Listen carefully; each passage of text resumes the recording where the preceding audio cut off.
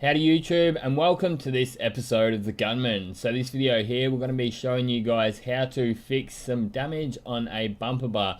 And the purpose of this video is mainly focused towards DIY people, someone who's thinking, hey, I've got a bit of damage in my bumper bar, I don't want to take it to the workshop and get it fixed, so I'm going to at least try and give you guys a bit more information on what it takes, the kind of tools and materials that you're going to need, and the procedure that you're going to need to go about to finish the job. So obviously, first up, you've got to assess your damage. In this case here, it was just a small repair that we're doing on this bumper bar.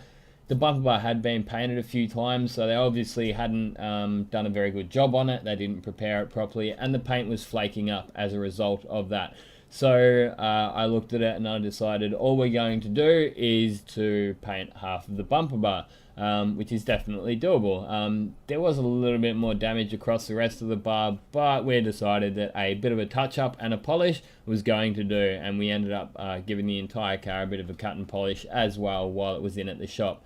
So I just decided to start off with some 180 grit on my Orbital sander, just that little palm sander you see there.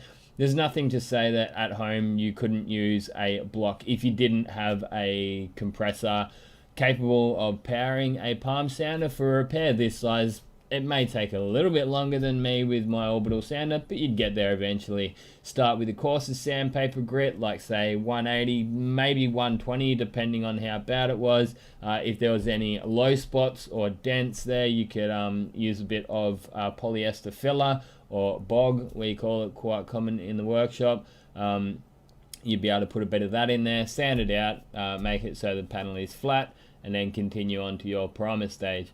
And as you see here, I am giving it a little bit of a block just to make sure that the panel is nice and straight and we don't have any low and high spots in the bumper bar.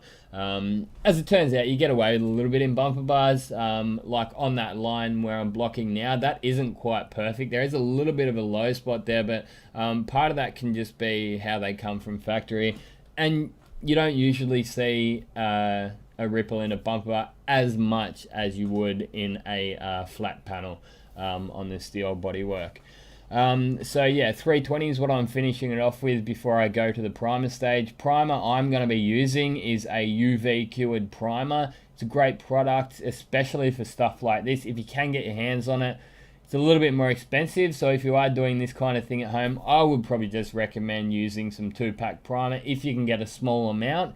You could possibly even use some aerosol 1K primer, something like that. Easy, relatively cheap. You get yourself a aerosol can for $15 or $20, something like that. 1K primer, just build it up, put a coat on, let it dry, put another coat on, let it dry. If you are to use that 1K primer, you do run the risks of having a bit of shrink back. So what can happen is you'll spray it down and then it will actually start mapping up and eating into the paint that is underneath it. So do be careful if you are using 1K primers. Probably couldn't hurt to put some plastic primer down first, although it's not really usually necessary if you are putting primer down, and being that we have sanded it up with some coarse sandpaper, you're usually going to get a bit of a bite down there with it. However, if it was a brand new bumper bar, bare plastic, I would always plastic prime the entire thing, or else the paint just wouldn't stick. Anyway, once I'm happy with the prep work, as you saw there, I did just give it a bit of a ScotchBrite around the edges, because if you put your paint over shiny paint, or your primer over shiny paint, it's not going to stick. So you need to remove all of the gloss off it, then clean it down, obviously, use your high pressured air or even just a rag, and then we'll start doing our masking stage. So for this purpose, just for the primer work, I'm just going to be doubling up my paper. No need to go and cover the entire car for something like this. I'm doing it out in the workshop, and I'm just able to use a little bit of low pressure. However, when it does come to paint work in part 2 of this video series, we will be covering the entire car. Couple of reasons for that, and yeah, usually when you're doing your clear coat, you want to get that pressure cranked right up so that you can get a nice flat finish. So yeah, I'm just using paper. Again, there's nothing to stop you at home. Just get some old newspapers, tape them together, off you go. But yeah, you do have to be careful. You don't want to go and fix one part on your car and then damage the rest of it by getting overspray all over your car, and then you got to clean all that stuff off and you end up just making a mess out of it. It turns out it might have just been cheaper to take it to the shop, to the people who know exactly what they're doing and have all the correct tools and equipment set up. But anyway, get that paper down, if I can spit it out. Get the paper down and we'll go over and put my UV cured primer straight into my gun. I just like to put this UV cured primer into my minigun. Most of the time I'm only ever using the UV primer on small areas, so there's no need to go and put it in my large gun. And you also don't want to overload this material either. You don't want to go and put too much material on, especially with this UV primer. What can happen, so the way that this primer dries is from the sunlight. There are specific UV curing lights that you can actually get to cure this primer with. However, they are quite expensive. You're probably looking at $2,000 to $10,000 depending on the setup you're getting. We're blessed here in WA to have a very nice amount of sunshine most of the year around. Even in winter, most of the time during the day you'll get sunny days. So just doing a bit of a test spray with the gun, making sure the fan is the size I want, making sure that there wasn't any thinners down in the bottom of that gun from when I cleaned it out last time. I don't want to go and spray thinners over there. I want the primer to be on there. So always do a bit of a test spray, make sure you're happy with how the gun's spraying, and then we're right to put a couple of coats on. 2 coats is what I usually do with this. I find that it actually gets a better build with less coats than your standard 2K primer. However, as I was saying before, if you were to use some 1K aerosol primer, you may want to even put 5 to 10 coats on, depending. Another thing you can do if you are using the 1K primer, acrylic, some sort of an acrylic primer or something like that, etch primer, you can put a couple of coats down, dry it out with a heat gun, scuff it in between coats, and then you can sort of work your way down the grades of sandpaper, and I find that works quite well sometimes when I'm using 1K primers. To a couple of coats, dry it out, sand it, then put a couple more coats on, and that will remove some of those deeper scratches that you may have been left behind from when you did your prep work. So as you can see there, I'm just leaving it out in the sun. Once it's out in the sun, I'm going to go and get my colour sorted for this car. As it turned out, the colour, one of the other painters in this workshop had already painted this car a couple of weeks ago, and he already had some colour. So I did double check the colour. But as far as colour goes, if you are sitting at home, I'd recommend taking the car to a automotive paint supplier, get the colour matched for yourself. A lot of the time they won't sell anything less than 500 mils. 500 mils is usually about $50. However, for this job here, I only needed 50 mils. That's going to cost me around $5. So you could be left over with a lot of paint that you don't need. That's another reason. If it's just a single job that you're looking at doing, just one job for your car, you may find by the time you get all the tools and equipment and materials that you're going to need to do that job, it may even be just quicker and easier to get it done at a workshop. However, if you're a bit of a DIY guy and you're going to have those tools anyway, you're like, well, a compressor's going to be handy, a spray gun's going to be handy, by all means go for it. So what you saw me do just then was polishing the blend areas. Now, we're not painting the entire bumper bar here. We're going to do a bit of a fade out, and we'll be going through the paintwork in part 2. This is mainly just the prep work and getting it into primer. So I made sure I glossed up and polished up the areas that I'm going to be blending into before I did my prep work, so that we've got some nice clean paintwork to blend over the top of. If it's got dirt and if it's all faded and in a bad way, the color and the clear coat's not really going to blend over it too well. But that's only really necessary on the edge between that you're going to actually do your blend out over. You don't need to polish up the entire panel that you're going to be painting. The sandpaper will cut most of the contaminants off the panel where you're going to be putting your base coat and the rest of your clear coat, apart from the blend section. I hope you followed that. I do my best to explain each stage to you guys. But yeah, so I just decided to give it a quick block down. That was just with a little bit of 320. You could forego the blocking if you want, depending on how happy you were with the repair, but there was a little bit of an edge there that I could see, so I did decide to give it a slight block. with some 320 grit. And then we'll get the Orbital sander straight onto some 600 grit. 600 grit, you're right to paint over. You could use even 500 grit to paint over. You're usually pretty fine. If you wanted to go to the next step and say, for instance, if this was a silver car, you may want to even go up to the next stage and go 800 grit for your final stage where you're going to be putting your base coat.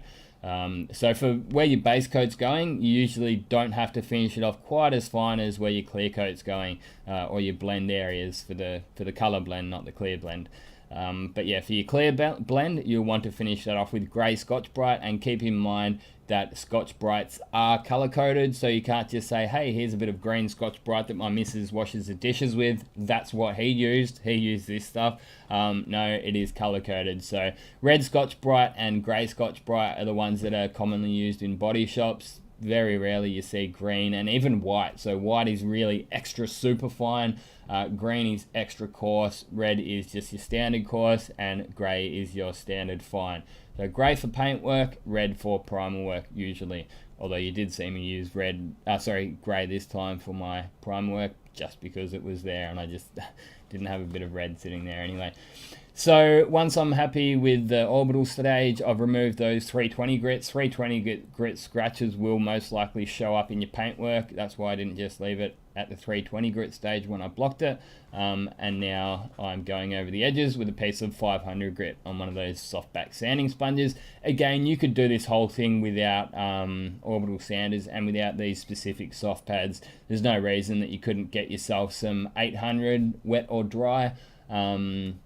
And just use a bit of a block to start off with, do all your edges with 800. However, you may want to do your blend areas with, say, 1200 grit or something like that, and then the clear blend area with some grey ScotchBrite.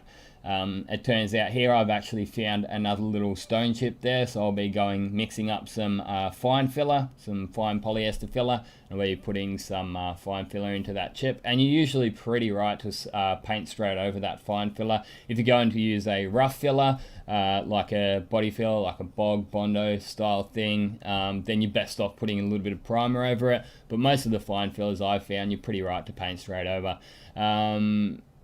By the book, yes, they will always say that you're meant to prime over them, but I found that you don't need to. And most of the time when you're talking stone chips and scratches from a body shop side of things anyway, most of the time that's not what the car's here for. So we're here to fix the damage, the accident related damage, and a stone chip, say halfway through a blend panel, I'll pick it up nine times out of 10 if it's not going to ruin my blend, but it's not really what the car's here for. So worst case scenario, if something did come back on that, it'd just be like, well, it was kind of a bit of a freebie anyway. But not to worry. So that's prep work just about done there. Pretty straightforward really. Obviously taking note that I did mask up all the surrounding panels so that I didn't damage them when I was doing my prep work. There's no use in creating more work for yourself to fix later on. And with that fine filler, that's a good little trick to actually remove it. Obviously being careful if you are to use a razor blade, but it's not much unlike shaving a rundown. People who have seen some of my other videos have probably seen me shave runs down with razor blades, and the basic same principle applies. The razor blade will be hitting the high spots and removes the fine filler without having to sit there and use up pieces of sandpaper and block it down. Although if you do that, it's always a good idea to give a quick run over the top of that with some sandpaper to finish it off. And in this case, I just used some 800 grit. Then give it another blow down, obviously, making sure that the panel's nice and clean. You could use some wax and grease remover prior to masking. However, I've done it both ways, with and without. I've found it doesn't make a great deal of a difference if you do wax and grease remove or prep sol prior to masking. It's just an extra step that you're putting in there. If the car was covered in tire shine or something, if you're one of those people that loves to put tire shine and all those car care products on your car and the panels are very greasy, I would wax and grease remove it, even thinners rag them sometimes, just to remove all of that stuff, because that will create silicone in your final paint job and make an absolute mess. Silicone or fish eyes, commonly known as, to wax all that kind of stuff. It's pretty ugly. As you can see here, the rest of this bar had been done before, and there's big runs hanging off this pop-up headlight washer. And yeah, look, we're not here to save the world, we're just here to fix the worst of that damage. At the end of the day, you know, it would be great to be able to say, hey, we're going to pull your bumper bar off, we're going to fix it properly and do the whole thing, but this was a car yard job actually. This repair here was done for a car yard, so they buy the cars, they tidy them up, and then pass them on for a bit of a profit. So yeah, we're sort of stuck to do what we've got to do to make a dollar at the end of the day. But it is what it is. I thought that we could get a bit of a positive out of it, and yeah, teach a few people how to do this kind of work. I quite enjoy it, and these things here are actually quite handy. They're sensor covers. I don't use them that much, to be honest, because 9 times out of 10 we will pull the bumper bar off. However, we do these jobs as customers request, you know, and not all the time this is going to be a car yard job. Sometimes customers do come in, the boss will say, these are your options, this is going to be the price. So a lot of the time customers just come in and say, hey, give me the cheaper one. It's just a day-to-day car, but I'm sick of looking at that scratch on the bumper bar. So if you got to do a little bit of a fade in, whatever, you know, it is what it is. But as it turned out, these Colad sensor covers, they were perfect. They were 100% the right size for this Mercedes bumper bar. I've done a couple of other cars and they weren't exactly right, but most of the time you're able to just trim around it with a razor blade. A very handy little tool. But there you go, so that's about it for this video. We've got it all edge masked up. Next video, we're going to be getting into the booth, slicing some masking tape out from, masking plastic, sorry, around the car, and then get some paint on it, and we'll also have a quick look through the polishing stage to make sure we polish that blend out. Hope you guys have enjoyed watching this. If you have, give it a share around to your friends, share the video.